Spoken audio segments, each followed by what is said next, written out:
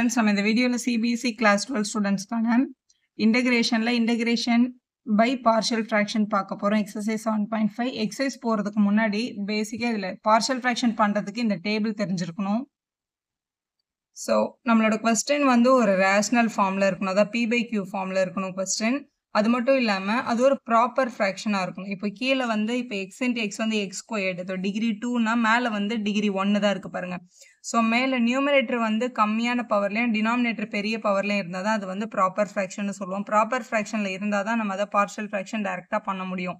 அப்படியே இம்ப்ராப்பரில் கொடுத்துருந்தாங்கன்னா நம்ம டிவைட் பண்ணி மிக்ஸ்டு ஃப்ராக்ஷனுக்கு கன்வெர்ட் பண்ணிட்டு அதுக்கப்புறம் தான் பார்ஷியல் ஃப்ராக்ஷன் அப்ளை பண்ணணும். அதுதான் முதல் கண்டிஷன் உங்களுக்கு தெரிஞ்சிருக்க வேண்டியது. இப்போ இந்த பேட்டர்னில் உங்களோட கொஸ்டின் இருந்தால் அதை பார்ஷியல் ஃப்ராக்ஷன் ஃபார்மில் நம்ம இந்த மாதிரி மாற்ற முடியும்.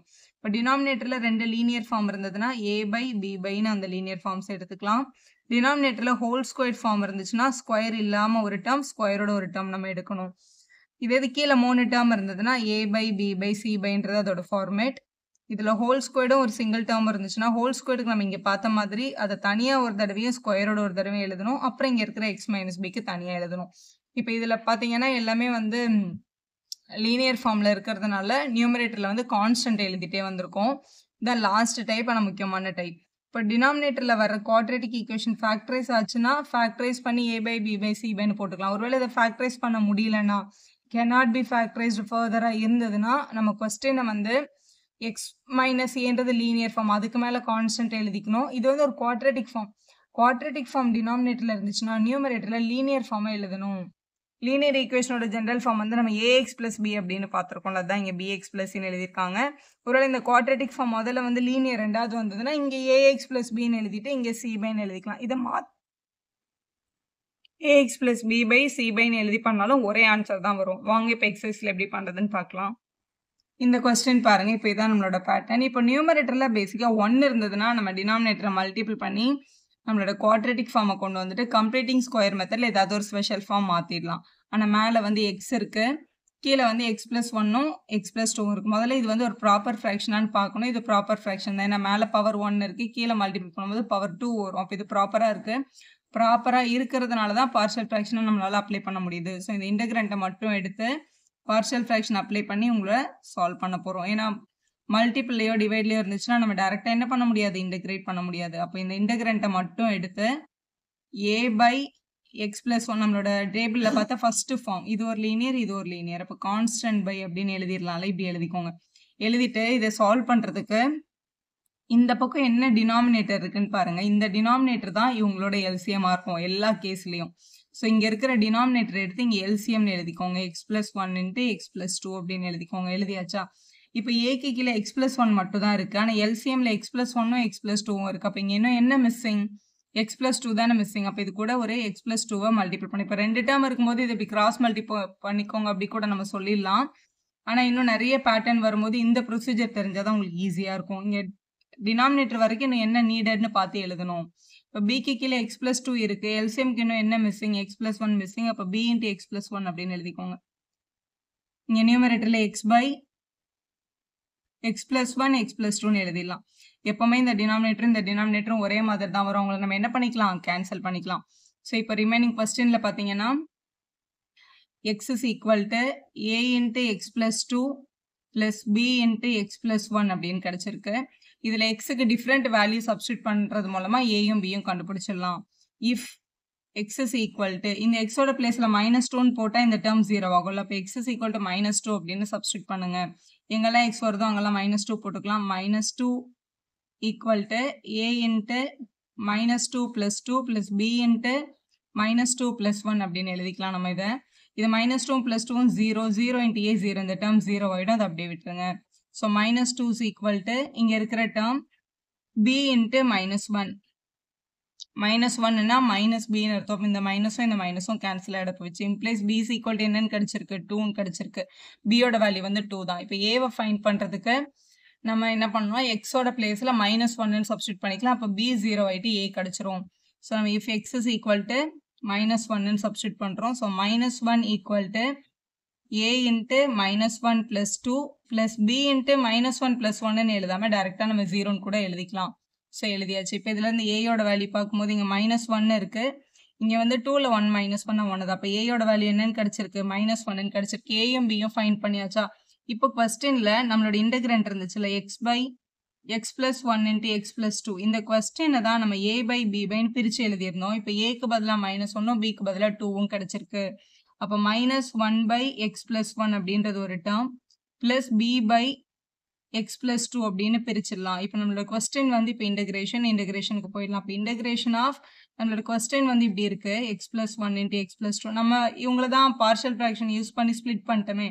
அப்போ இன்டெகிரேஷன் ஆஃப் இங்கே 2 டேர்ம் அடிஷன்ல வந்துருச்சுன்னா இதை தனியாக இன்டெகிரேட் பண்ணிக்கலாம், இதை தனியாக என்ன பண்ணிக்கலாம், இன்டெகிரேட் பண்ணிக்கலாம். இப்போ -1 by x plus 1 இருக்கு. நீங்க தனித்தனியா இன்டெகிரேஷன் சைன் போடுறதா இருந்தாலும் போட்டுக்கலாம், இல்லை இப்படியே வச்சுட்டும் இன்டெகிரேட் பண்ணிடலாம். இங்க இருக்கிற -1 அப்படியே தான் இருக்கும். 1 by x இன்டெகிரேட் பண்ணும்போது log x அப்படின்னு வரும்ல, அப்போ log of x plus 1 அப்படின்னு எழுதிக்கலாம். பிளஸ் இங்க இருக்க 2 அங்கேயே தான் இருக்கும். இது 1 by x வந்து இன்டெகிரேட் பண்ணும்போது log of x plus 2 அப்படின்னு கிடைச்சிருக்கும். பக்கத்துல பிளஸ் c அப்படின்னு போட்டுருங்க. இதுல வந்து 2 லாக் ஃபார்ம் இருக்கு. லாக வந்து கனெக்ட் பண்றதுக்கு முன்னாடி லாகோட பேசிக் ரூல் இங்க முன்னாடி டேர்ம் இருந்துச்சுன்னா அது என்ன பண்ணலாம்னா பவருக்கு எடுத்துட்டு போய்க்கலாம். அதாவது log of a to the power b ன்னு இருந்தா b into log a அப்படின்னு நம்ம எழுதுவோம் இல்லையா, இந்த பவரை முன்னாடி கொண்டு போவோம்ல, அது மாதிரி இதுதான் நம்ம கிட்ட இருக்கு. இப்போ b into log a இருக்கு. அப்ப இந்த b என்ன பண்ணலாம்னா பவருக்கு எடுத்துட்டு போயிடலாம். அது மட்டும் இல்லாம log a minus log b அப்படின்னு வந்துச்சுன்னா அவங்கள சேர்த்து log of a by b அப்படின்னு கூட நம்மளால என்ன பண்ண முடியும், எழுதிக்க முடியும். ஸோ அதை தான் இங்க அப்ளை பண்ண போறோம் சின்ன சிம்பிளிஃபிகேஷனுக்காக. ஸோ இது வெறும் -1ன்றதுனால இதை minus of log x plus 1 அப்படின்னு வச்சுக்கோங்க. இங்க 2ன்ற நம்பர் இருக்கு, மேலே எடுத்துட்டு போகும்போது plus log of x plus 2 square அப்படின்னு வந்துடும். பக்கத்துல பிளஸ் c இருக்கு. இப்போ இது வந்து 2 லாக் டேர்ம், இது பிளஸ்லயும் இது மைனஸ்லயும் இருக்கு. அதாவது இந்த பேட்டர்ன்ல இருக்கு. 2 லாக் வந்து சப்ட்ராக்ஷன்ல இருந்தா சேர்க்கும் போது log of a by bன்னு வரும். log of அடிஷன்ல இருக்கிறவங்க தான் நியூமரேட்டராகவும் மைனஸ்ல இருக்கவங்க தான் டினாமினேட்டராகவும் வருவாங்க எப்பவுமே. இங்க இந்த டேர்ம் தான் அடிஷன்ல இருக்கு. அப்ப log of x plus 2 squared by x plus 1 அப்படின்னு நம்ம எழுதிக்கலாம். எப்பவுமே log பக்கத்துல நெகட்டிவ் நம்பர் அக்செப்டட் இல்லைன்றதுனால எப்பவுமே log பக்கத்துல வர டேர்ம் நம்ம எதுல போடுவோம்னா மாடுலஸ்ல போடுவோம். அதனாலதான் இங்கேயும் மாடுலஸ்ல எழுதியிருக்கோம். செகண்ட் கொஸ்டின் பாருங்களேன், 1 byன்னு இருக்கு, x squared minus 9 இருக்கு. நமக்கு தெரியும் 9 வந்து எப்படின்னு எழுதிக்கலாம், 3 squared எழுதிக்கலாம்ல. So x squared minus a squared மாதிரி இருக்குது. ஆக்சுவலாக x squared minus a squared நம்ம கிட்ட டைரக்டாவே ஃபார்முலா இருக்கு, நம்ம அதை அப்ளை பண்ண முடியும் இங்க. ஆனால் கொஸ்டின்ல suppose solve by partial fraction கேட்டாங்கன்னா எப்படி பண்றது அப்படின்றத நம்ம இங்க பார்க்க போறோம். ஸோ இந்த இன்டெகிரண்ட் வந்து ஒரு ப்ராப்பர் ஃப்ராக்ஷன் பார்த்தா ஆமா, ஏன்னா நியூமரேட்டர் தான் சின்னதா இருக்கு. இப்போ 1 by x squared minus 3 squared அப்படின்றது a squared minus b squared மாதிரி இருக்கு. அப்போ a plus b a minus b அப்படின்னு நம்ம எழுதிக்கலாம். எழுதிட்டு it's equal to a by, ஏன்னா 2 லீனியர் ஃபார்ம் தானே இருக்கு. அப்போ a by b byன்னு என்ன பண்ணிக்கலாம், ஸ்ப்ளிட் பண்ணிக்கலாம். b by x minus 3 அப்படின்னு எழுதிட்டு இதை இப்போ எல்சிஎம் எடுத்தோம்னா இங்க என்ன டினாமினேட்டர் இருக்கோ அதே தான் உங்களோட எல்சிஎம்க்கு வரும். எல்லா சமுக்கும் அப்படியே தான் வரும் பார்ஷியல் ஃப்ராக்ஷன்ல. இதை எழுதிட்டு இங்க வந்து x plus 3 இருக்கு, இது கூட x minus 3 இல்லாததுனால a பக்கத்துல ஒரு x minus 3யும் b பக்கத்துல ஒரு x plus 3யும் நம்ம எழுதிக்கலாம். எழுதியாச்சு. இங்க வந்து 1 by x plus 3யும் x minus 3யும் நம்ம கிட்ட இருந்தது. டினாமினேட்டரை கேன்சல் பண்ணிடலாம். அப்ப நம்மளுக்கு கிடைச்சிருக்க ஈக்குவேஷன் என்னது, 1 is equal to a into x minus 3 plus b into x plus 3 அப்படின்னு இருக்கு. இந்த ஃபார்ம்ல if x is equal to 3ன்னு சப்ஸ்டியூட் பண்றோம்னு வச்சுக்கோங்களேன், x வர இடத்துல 3 போடுறோம். 1 is equal to இதுல 3 minus 3 இது என்ன ஆயிடும், 0 ஆயிடும். plus b இந்த இடத்துல 3 போட்டோம்னா 3 plus 3 6ன்னு வந்திருக்கும். so which implies b is equal to இங்க 1 இருக்கு, இங்க மல்டிபிள் இருக்க 6 இங்க வந்து டிவைட் ஆயிடும். இப்போ b is equal to 1 by 6 அப்படின்னு கிடைச்சிருக்கு. இப்போ a யோட வேல்யூவை ஃபைண்ட் பண்ணோம் இல்லையா, இப்போ இதே ஈக்குவேஷன்ல இப்போ b 0 ஆக்கணும்னா x-க்கு பதிலாக -3ன்னு போடணும். if x is equal to -3ன்னு சப்ஸ்டியூட் பண்ணா 1 is equal to a -3 -3 -6ன்னு வந்துடும், 0 ஆயிடும் b யோட வேல்யூ. ஸோ இங்க மல்டிபிள் இருக்க -6 அங்கே போனால் என்ன ஆயிடும், டிவைட் ஆயிடும். ஸோ -1 by 6 அப்படின்னு கிடைச்சிருக்கும். ஸோ a வேல்யூவும் கண்டுபிடிச்சாச்சு, b வேல்யூவும் கண்டுபிடிச்சாச்சு. இப்போ என்ன பண்ணிடலாம், சப்ஸ்டியூட் பண்ணிடலாம். ஸோ நம்மளோட கொஸ்டின் வந்து 1 by x plus 3 into x minus 3 அப்படின்னு இருந்தது கொஸ்டின்ல.